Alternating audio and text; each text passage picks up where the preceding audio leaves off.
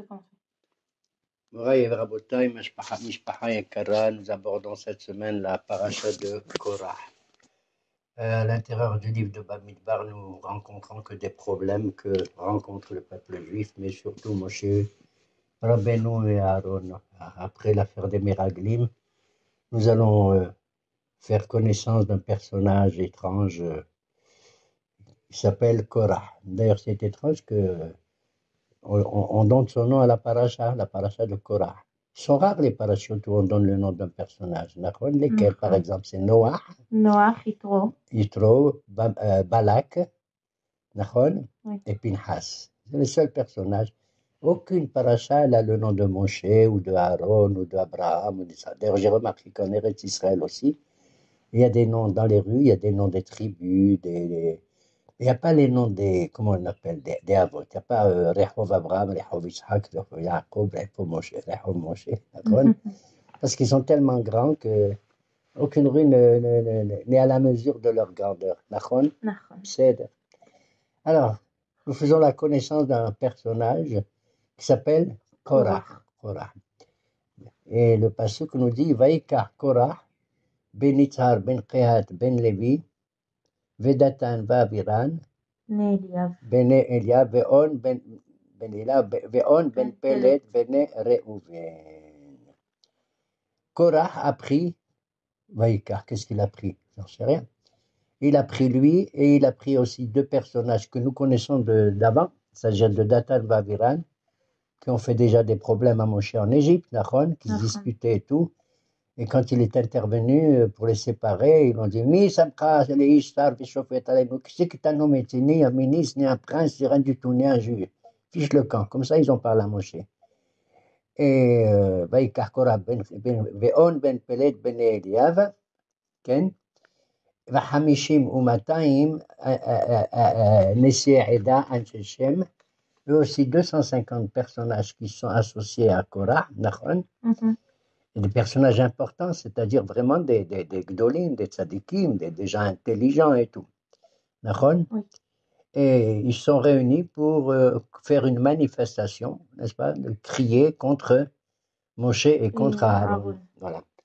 Mais c'est étrange ce verbe-là, vaïka, Korah. Il a pris quoi? Quand on dit vaïka, il a pris quelque chose.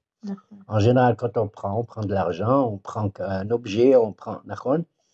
Par exemple, quand un homme se marie, on dit ki kah ishisha, quand un homme se marie avec une femme. Pour que le mariage soit valable, il y a plusieurs raisons, mais une des raisons, c'est donner la tabarat, lui donner de l'argent aussi. D'accord? Qu'est-ce qu'il a pris? Hachamim, ils disent, d'après le pasuk, il a pris les paroles. Sa plus grande force, elle était dans la parole, pour, à travers la parole, manifester contre Moshe Rabbeinu. Oui. Ce qui est étrange aussi, Rashi, au début de cette paracha, il dit Paracha Azot, Yafre Nidreshet Bemidrash Tanhuma. Cette paracha de Korah, elle est magnifiquement interprétée dans le Midrash de Tanhuma. Pourquoi il dit ça? C'est nouveau. Chaque paracha, elle est bien interprétée dans tous les Midrashim. Il voulait dire par la Rashi, il a un peu de l'humour.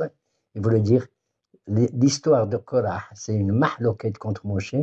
Elle est très bien à enseigner parce que la mahloket, elle existe dans toutes les générations. On peut tirer un exemple de ce qui s'est passé avec Korah et d'autres, n'est-ce pas? De nos jours aussi. Il faut tirer la leçon. Il faut tirer la leçon. Alors. Mais si Korah, c'est quelqu'un un peu de mauvais quand même, qui est sorti contre Moshe et Aaron, qui a pris avec lui 250 personnes, pourquoi la paracha, elle est quand même nommée après lui? Tu vas me poser la même question pour Balak. Oui, Balak, mais Balak, il a fini par les oui, mais il voulait maudire. Les Khana Arali, viens, Bil'am, tu vas me maudire le peuple. Oui, mais tu vas me maudire le peuple. Pour... Bon, alors, ça veut dire que ce personnage est tout. Rashi et d'autres, ils disent, en vérité, vous savez que ce Korah, qu'est-ce que c'est? Piqué Yahaya, c'est un homme extrêmement intelligent, extrêmement. Et il ajoute, Mera'a l'ishtudju. Comment ça se fait un homme aussi intelligent? Il est tombé dans une telle bêtise, une telle sottise de se rebeller contre Moshe. Quel était le but de Korah? Le but de Korah, comme on va le voir, il va dire Il va dire Rav Lachem, ça suffit. D'ailleurs, c'est pas lui qui parle. D'abord, il est intelligent, le Korah. C'est lui qui mène la manifestation, mais c'est pas lui qui ouvre la bouche. C'est les gens qui sont autour de lui qui manifestent et qui parlent. Il y a écrit au pluriel Vayakomu, Nachon. Il n'y a pas écrit Vayakom. Il est malin, il est très intelligent. C'est lui qui a attisé le monde autour de lui, mais il fait ensemble comme si cette manifestation, elle n'est pas personnelle, mais elle concerne beaucoup de gens contre le leader, contre la Anhaga de Moshe et de Aaron. Nachon. Alors, comment ça se fait qu'il est tombé dans une telle bêtise, lui qui est intelligent? Tu sais pourquoi? C'est justement parce qu'il est intelligent. Et une chose incroyable, c'est que Korah, il avait le Roi HaKodesh, l'Esprit Saint, à un certain moment. Il a vu en prémonition, dans son esprit, que de lui va descendre un personnage important dans toute l'histoire biblique. Tu sais qui c'est qui va sortir de Korah plus tard? Le prophète, qui a joué un rôle énorme et qui s'appelle Shmuel. Shmuel Hanavi. On en dira un mot tout à l'heure. Quand il a vu que de lui va descendre ça, alors à ce moment-là, il a dit à Moshe et Aaron, pour quelle raison vous avez pris la direction du peuple juif, étant donné que nous aussi, tous, on a entendu la voix de Dieu au Har Sinaï. Quand Hachem, il a dit Anochi Hachem Elohecha, je suis l'Éternel ton Dieu, Lo yelecha Elohim acherim, tu n'auras point d'autre Dieu que moi, et on l'a entendu. On connaît la présence de Dieu. On sait que c'est lui qui a envoyé la manne. On sait que c'est lui qui fait les Hanan et Kavod, les nuées qui nous protègent de tout climatiquement. On sait que c'est lui qui a envoyé l'eau dans le BR de Myriam et tout. D'accord? Est-ce que quelqu'un vous a nommé? Est-ce que le bon Dieu est venu nous dire, mesdames et messieurs, j'ai décidé que c'est Moshe qui soit votre patron et Aaron le grand, le Kohen Gadol? On n'a jamais vu. Regarde ce qu'ils disent. Tous les Juifs, toute l'assemblée d'Israël, tous ce sont des Kedoshim, pas que vous soi-disant, d'accord? Uptocham Adonai. Et Dieu, il est au milieu d'eux, tout le monde. Qu'est-ce qu'il veut dire par là? J'essaye de comprendre. Ici, pour ainsi dire, Korah, il se rebelle. Il est pour, entre guillemets, la démocratie. Qui vous a donné l'autorité d'avoir la hiérarchie, c'est-à-dire que vous êtes au-dessus de tous, les patrons, c'est vous qui décidez. Un. Deuxièmement, qu'est-ce qui nous prouve? Bien sûr, moi je suis d'accord, pense Korah et ses copains, je suis d'accord que Dieu, il nous a parlé, il a donné les 2 commandements, c'est tout, pas plus. Toi, quand tu viens, tu nous as dit aussi, il ne faut pas mélanger le lait et la viande. Il ne faut pas apporter du chatnez, un vêtement qui est fait avec du lin, de la laine, du pishtan et du sémer. Combien 613 mitzvot tu nous as ajouté. Ça veut dire qu'il suspecte Moshe qu'il a inventé de lui des mitzvot, des obligations. Juste avant la parashat Korah, celle de Shlach Lecha, elle se termine par quoi? Par une mitzvah. D'ailleurs, il lui dit, cette mitzvah-là que tu nous enseignes, de mettre des tzitziyot dans un vêtement qui a 4 pans, arba kanfot, nachon, et que les hommes, ils doivent porter ça si on a 4 pans. Qui c'est qui dit ça? Et alors, tu dis, un seul fil bleu, Pétil Techelet, c'est merveilleux par rapport à tous les autres Ptilim Nachon. Et c'est merveilleux de faire cette mitzvah, parce que le bleu, il te rappelle la mer, la couleur de la mer, et la mer te rappelle la couleur du ciel, et le ciel te rappelle la couleur de quoi? Du Kisei HaKavod, du trône céleste de Dieu et tout. Qui t'a inventé tout ça? Dis-moi, un fil, c'est une mitzvah. Dis-moi, Moshe, si j'ai un vêtement entièrement techelet, entièrement bleu, il est coulot techelet, est-ce que je suis obligé de mettre des pétilim, des tzitziyot? Il a cru que Moshe lui dira non. Qu'est-ce qu'il lui répond, Moshe? Oui, bien sûr. Pourquoi Korah, il raconte ça à Moshe? Pourquoi il donne ce machal des tzitziyot? Tu sais pourquoi? Parce que si un fil bleu, il me rend pas tour de la mitzvah, j'ai bien fait la mitzvah, nachon. Si maintenant tout le vêtement, il est entièrement bleu, il y a combien de fils bleus dans un vêtement entièrement bleu? Plein. Est-ce que je suis obligé encore, c'est idiot, d'ajouter un pétil techelet? Il s'attendait à ce que Moshe lui dise, Moshe lui dit, oui, il faut mettre. Pourquoi il donne ce machal? Il lui donne ce machal parce que Si Kol Aeda Kulam Kedoshim, c'est comme si le vêtement, il est bleu, il est Techelet. Et donc, si tout le peuple, il est Kulam Kedoshim, on n'a pas besoin d'un pétil. Ça veut dire qu'ici, Korah, il compare Moshe à qui? Au petit Techelet. C'est le dirigeant. L'amrot que tout est bleu, il faut un dirigeant. Un pétil, c'est une direction, c'est un fil de direction, tu comprends? Et il lui a dit aussi encore, dis-moi Moshe, devant tout le monde, la honte. Dis-moi, tu nous as raconté, là, dans Kriyat Shema, que celui qui a une maison, il faut qu'il mette une mezouza. Qu'est-ce qu'il y a dans la mezouza, monsieur Moshe? Il a dit, il y a deux petits paragraphes de rien du tout. On les accroche à la porte et tout, quand on rentre, Baruch Ata Bebuecha, Baruch Ata Besutecha. D'accord? Il dit, Moshe, dis-moi, si moi, dans ma maison, ou n'importe quel juif, il a une bibliothèque avec plein de livres de Torah. D'accord? Il a un Sefer Torah, il a tout le Raïm, il a tous les commentateurs, les Pirushim et tout. Est-ce qu'il est obligé de mettre une mezouza? Il est plein de Torah dans la maison. La mezouza, elle est une obligatoire. En quoi c'est une obligation? T'as compris? C'est idiot. Il s'attendait à ce que Moshe dise et Moshe lui dit, il faut mettre une mezouza. Waouh, ça a été la catastrophe, t'as compris? En vérité, ce que recherche Korah, c'est une espèce de démocratie. C'est-à-dire qu'il faut que, de temps en temps, il y en a un qui soit le représentant d'Israël, le dirigeant. Une autre fois, des cadencias, comme on dit, hein, une cadence de chaque individu et tout, peut-être. Il a pensé à ça. Mais il y a une chose qu'il oublie. Il se plaint que Moshe il est devenu dirigeant, c'est-à-dire au sommet de tout le peuple juif, avec Aaron en tant que Kohen. Et lui, Korah, qui il est? Mais lui aussi, il est contre la démocratie. Tu sais pourquoi? Parce qu'il est Ben Yitzhar, Ben Kehat, Ben Lévi. Lui aussi, il a une grande distinction dans le peuple. Il y a Cohen, Lévi et Israël.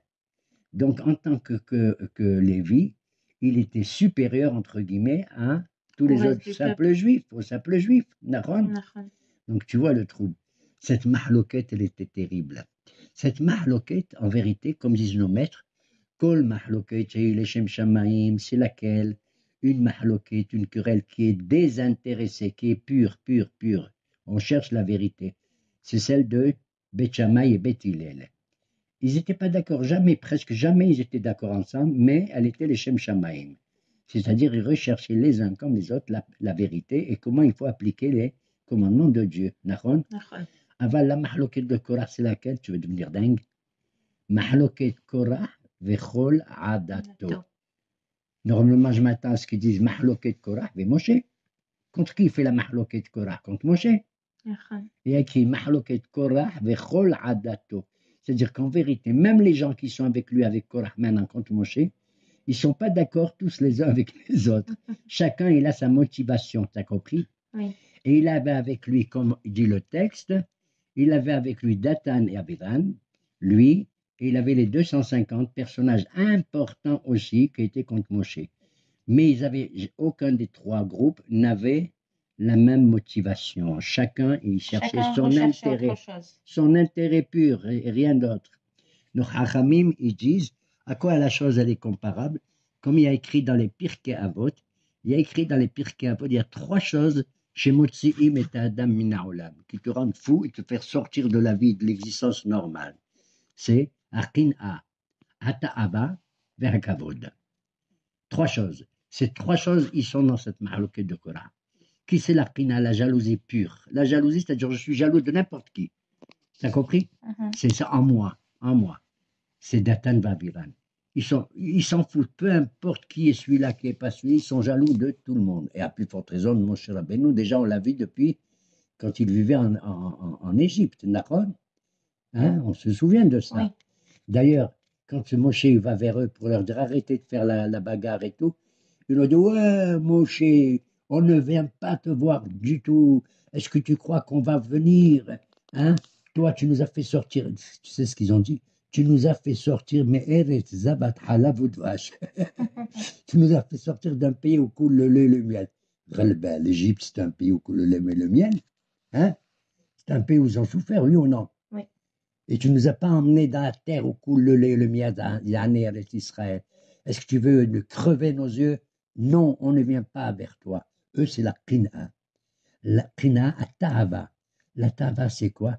C'est le désir.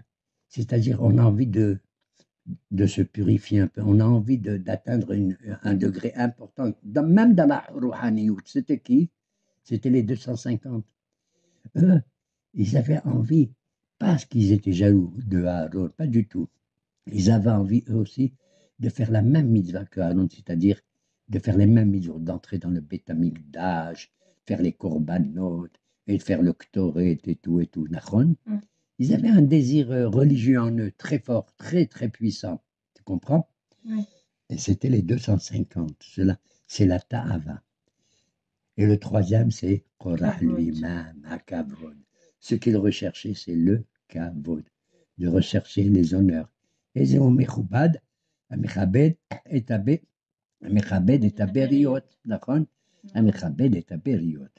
Donc on voit que cette querelle de Korah, elle va le conduire malheureusement dans le négatif total. Comme je l'ai dit, il avait vu qui? Korah, il est contre l'idée, donc, qu'un seul homme ou quelques hommes, pas plus, prennent tous les pouvoirs en eux. Moshe Rabbeinu, il était en même temps le chef, le roi d'Israël, Vaïe Bishurun Melech, Veta Sefra She'am. Qui? C'est Moshe. Moshe était le navi de. Et Korah, il a dit, ben moi aussi, je l'ai vu dans mon roi HaKodesh, que de moi, il va descendre qui? Un certain Shmuel Hanavi. Et si tu lis l'Haftara de cette semaine de Korah, dans le livre de Shmuel chapitre 11, tu vois justement, précisément, qui était Shmuel? Il était bidiouk, le contraire de ce que Korah y cherche, le contraire. Shmuel, il ressemblait à Moshe Rabbeinu. Tu comprends? La politique, pas seulement qu'il était un ave, mais il était comme Moshe, c'est-à-dire il avait tous les pouvoirs à l'époque de Shmuel le pauvre ou le riche, j'en sais rien. Il était à la fois, pour ainsi dire, le dirigeant du peuple, hein, comme un roi. C'est lui qui dirigeait, on parle que de lui. C'est lui qui va gouverner et oindre Shaoul Amelech, après David Amelech et tout. Il était à la fois comme un Cohen, c'est lui qui fait des corbanotes et tout. Il était comme un Nabi, bien entendu, hein, et il était chauffet. C'est le mot Mishkan, Mem, Shin, Kafnoun, Melech, chauffet, Cohen, Navi, d'accord? Il était tout ça à la fois. Et alors on voit que Korah, il s'est aveuglé, pour ainsi dire, lui-même. Il a prétendu que lui, il est l'ancêtre d'un homme qui avait fait la politique comme Moshe, alors qu'il contredit qui? Moshe Rabbeinu, alav shalom. Tu comprends? Et voilà pourquoi Moshe Rabbeinu se calme, vaïpol al panav miskin. Quand il entend tout ça, il dit c'est incroyable. Alors que Moshe dit vaïsh Moshe anav Nicolas Adam, vaïpol Moshe al panav. Il est tombé sur sa face. Et il y en a un qui bouge pas, qui dit rien, qui ouvre pas la bouche. Qui c'est? Aaron. Aaron. Incroyable. Oui, shalom, shalom. Aaron. Pourtant, il a été attaqué lui aussi, Aaron. Alors Moshe, il dit, Aaron mahu kitalinu alav. Qu'est-ce que vous attaquez à Aaron? Regardez, il bouge pas, il ouvre pas la bouche, il vous contredit même pas, il vous entend. Comme on dit chez nous, tu entends des fois qu'on dit du mal de toi, tu te tais, tu te muselles. C'est la bonne réaction, je te jure. Tu tues un mec qui vient, qui te fait une remontrance, tu réponds pas. C'est la plus belle réponse que tu lui fais. C'est au sujet des gens comme toi, comme ça, qu'on dit le bon Dieu, il aime les gens qui savent se taire, et ils sont comme le soleil qui brille le matin, extraordinairement. D'accord? D'ailleurs, si tu vois ce Aaron, il ne bouge pas du tout, il ne bouge pas. Et Aaron, prends le nom d'Aaron, c'est un petit remez que je donne personnellement qui est très, très joli. Dans son nom, comment on écrit Aaron? Aleph, He, Resh, Nun. Il n'y a pas de vav, hein? Resh, Nun. Okay. Aleph, 1. Qui c'est qui est 1 dans la querelle de Korah? C'est Korah. Il est exceptionnel, comme on dit. Unique en son genre. Et c'est combien en valeur numérique? 5. Qui c'est 5? C'est 4 et 1. Qui c'est 4 et 1? Da, Tan, A, Viram. Dalet et Aleph. C'est les 5. Il reste quoi dans Aaron? Reshnoun, c'est combien Reshnoun? 250. Qui c'est? C'est les 250 autres. Voilà, de Hadad Benekora. Eux, c'est la Tava. Mamash, c'est comme on dit. Donc on voit dans Aaron, il a les A le fait et le Reshnoun. Je vais dire autre chose. Aaron, c'est un homme qui recherche le milieu. Il n'est jamais extrémiste, ni à droite, ni à gauche. La preuve, c'est qu'en tant que Cohen, qu'est-ce que je crois qu'être Cohen Gadol, c'est d'être un grand prince, un grand riche, un grand, je ne sais pas quoi. Pas du tout. C'est une servitude, un Eved de Hachem dans le Beth Amikdash, terrible. D'accord? Et cet homme, qu'est-ce que tu crois qu'il va rencontrer les gens bien? Pas du tout. Tu sais qui rencontre Aaron quand il est au Beth Amikdash? Comme les Kohanim, il rencontre que des Juifs qui ont fait des péchés. Il arrive un type à qu'est-ce que tu as? J'ai mangé comme ça, je me suis fatigué, je me suis disputé, j'ai volé. Voilà qui il rencontre. Il dit, assis-toi là, viens, explique-moi comment ça se fait et tout. Il le calme, tu vois.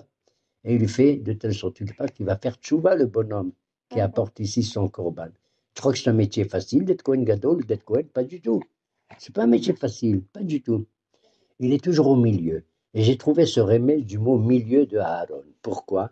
Quand tu prends les lettres de l'alphabet, Aleph, B, Aleph, Bet, Gimel, Dalet, etc., Aleph, c'est bientôt unique en son genre. Le He, ça vaut combien? 5, c'est le milieu des unités, de 1 à 10. Tu as compris? C'est la moitié, il est au milieu. Le Resh, ça vaut combien? 200. C'est la moitié des Koufreshin Tav. Tav, c'est 400. D'accord?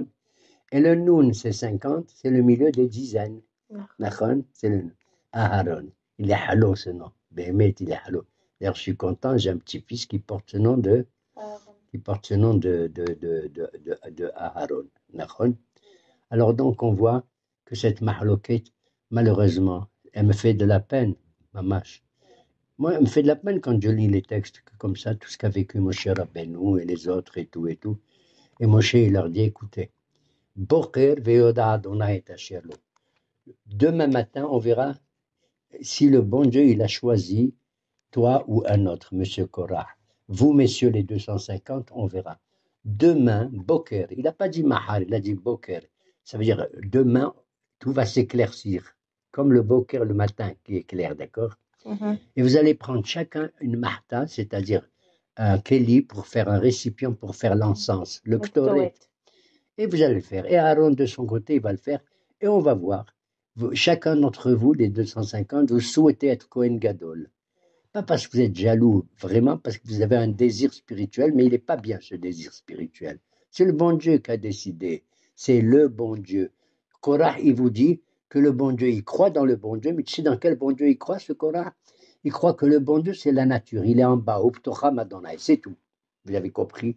Il ne croit pas que le bon Dieu, c'est le Dieu qui est transcendant, comme on dit en français. Il y a une différence entre transcendance et immanence. Korah, il croit dans le Dieu immanent, c'est-à-dire uniquement proche de la nature, qui ne change pas. Alors qu'Akash Baruch Hu, il est transcendant, c'est le En, Mamash, le En Sof. Prenez vos encensoirs. Vous savez comment il dit, Moshe? Il n'a pas dit prenez maintenant l'encensoir et faites, et offrez au bon Dieu. D'accord? Il a dit Boker. Pourquoi? Comme dit le proverbe français, la nuit porte conseil. Voilà. Peut-être qu'ils vont se calmer dans la nuit et demain matin, ils vont refuser de faire tout ça. Pas du tout. Le lendemain, ils sont levés, ils ont tous voulu, même Korah et les autres, ils sont mis à offrir de l'encens. Pourquoi Dafka le Ktoret? Pourquoi ils n'ont pas dit on veut faire un korban, on veut faire allumer la menorah ou je ne sais pas quoi? Parce que le Ktoret, c'est la chose la plus, comment dirais-je, vitale, j'allais dire. Ça rappelle le plus la Neshama, tu vois. C'est le parfum et tout.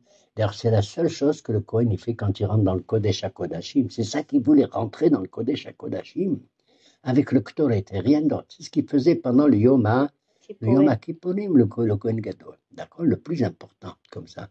D'ailleurs, tout le monde avait peur qu'il risque de mourir à l'intérieur et qu'il ne revient pas et tout. Voilà.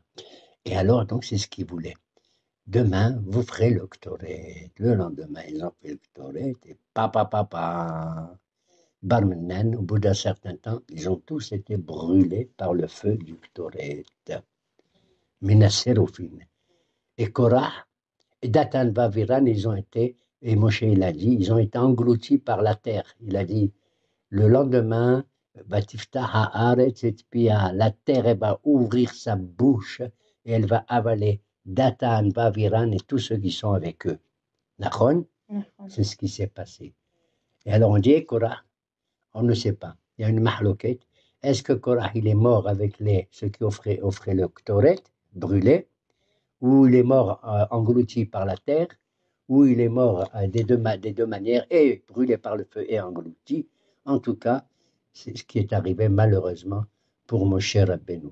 Et le peuple tout entier, après cette affaire, il va continuer à parler contre Moshe.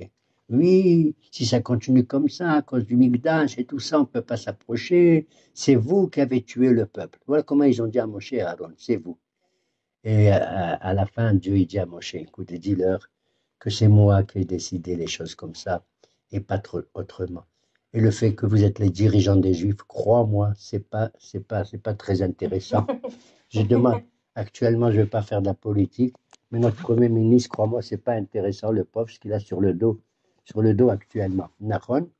Ah, donc, c'est vraiment une servitude incroyable, à tel point qu'à la fin de la paracha de Korah, Kadosh Baruch Hu dit à Moshe, tu vas dire à tous ceux qui étaient les Lévi'im comme Korah, lui qui sort de Kehat, il avait la mission la plus importante. Tu sais que Lévi, il avait 3 enfants, c'est Gershon, Kehat et Merari. Et ces 3 enfants, à leur famille, ils vont avoir 3 missions concernant le Mishkan dans le désert.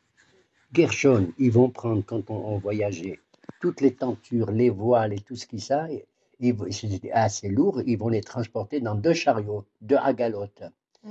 Merari, les pauvres, alors c'est les plus durs ceux-là, Merari, ils méritent bien les pauvres Merari, ils portaient tout ce qui était lourd, les poutres, le bois, les socles qui étaient en fer dans le Mishkan, ils avaient 4 agalotes pour les porter.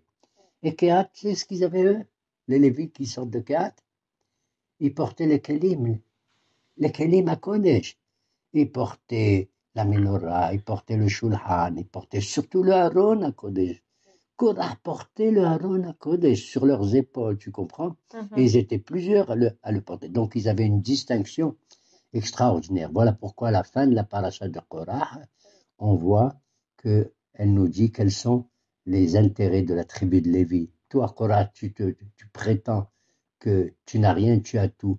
Puisqu'on donne aux Lévim la terouma, le maaser, Nachon, ils sont eux aussi distingués parmi le peuple. Pour terminer, je suis content qu'au moins, même dans la famille de Korah, il y en a qui ne sont pas été engloutis, qui ne sont pas morts, qui c'est Ubne Korah, l'homme et tout. Les enfants de Korah ne sont pas morts. Ils sont tombés dans la terre, dans la nuit, mais ils ont été retenus par un rocher, ils ne sont pas morts. Et grâce à eux, on voit qu'ils vont écrire plus tard, du temps de David, des Mizmorim. Lamnasé à l'Ibne Korah Mizmor. Wow! Quoi? C'est un Mizmor qui a été écrit par qui? L'Ibne Korah. De là, j'apprends que même si tu vois, entre guillemets, je le dis bien, entre guillemets, un rachat parmi nous, fais attention que de ce rachat peut sortir un beau jour, un tzaddik gadol, mamash. Et je donne toujours les exemples. Tu sais que Shmaïa et Aftalion, qui sont cités dans les Pirkei Avot, ce n'étaient pas des juifs, ils sont devenus juifs. Mais tu sais d'où ils viennent? Ils viennent de Sanheriv, l'empereur d'Assyrie, Et tu sais comment il s'appelle Rabbi Akiba, d'où il vient? Son père était guerre, était converti. Et certains ils nous disent qu'Akiba est descendu, tu sais de qui il vient? De Sisra, qui a fait la guerre contre Déborah et Barak. Voilà. Donc, et tu as dit aussi qu'il y avait quelqu'un qui sortait d'Aman. Le Bnei Haman, plusieurs, pas quelqu'un. Ils enseignaient, ils nous disent, Haramim à Bnei Brak, dans la ville la plus religieuse. Ces enfants de Haman, c'était les Haredim incroyables. D'ailleurs, je rappelle à mes auditeurs que le mardi, qu'aujourd'hui, on est le 23 Sivan en hébreu, d'accord? C'est l'anniversaire, tu sais de quoi? À propos de Haman.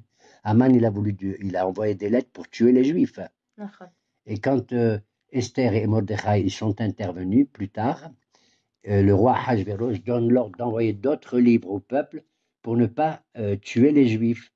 Et bien, tu sais quand est-ce qu'ils ont envoyé les lettres pour ne pas tuer les Juifs contre le procès de Haman, c'était aujourd'hui, Nahon, le 23 Sivan. Certains, ils font une fête aujourd'hui. Moi, j'ai pas l'habitude, personne n'a l'habitude. Il y en a qui sont contents, ils font un saouda, ils font je sais pas quoi. Et Ratzon, que même de tous nos frères, même ceux qui sont moins religieux, comme ceci ou comme cela, descendent toujours des béné, Korah, Amen, Kenny Ratzon.